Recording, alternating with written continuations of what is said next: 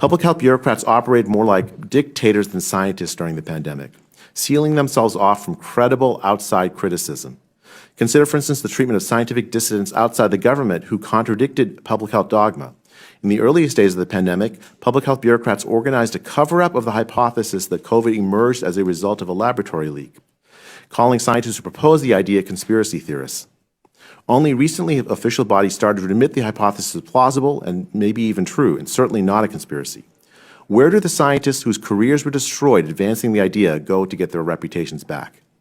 When Martin Kulldorff of Harvard University here today, Sunetra Gupta, professor at Oxford University, and I proposed a focused protection alternative, not a herd immunity alternative, to lockdowns in October 2020, then NIH director Francis Collins labeled the three of us fringe epidemiologists and engaged a media campaign to take down our proposal, to which tens of thousands of doctors, epidemiologists, and scientists endorsed, including a Nobel Prize winner.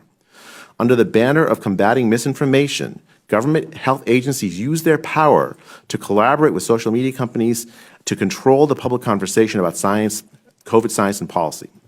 The pattern repeated itself throughout the pandemic, with science bureaucrats abusing their authority to create an illusion of scientific consensus in favor of destructive ideas when none existed. So the American people deserve answers to fundamental questions about the pandemic.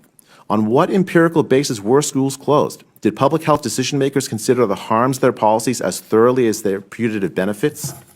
Why did authorities ignore recovered immunity or failure of the vaccine to prevent disease transmission in recommending vaccine mandates and discriminatory vaccine policies? With such a litany of failure, the American people deserve an honest COVID commission to evaluate the response and document all the errors as well as the few successes.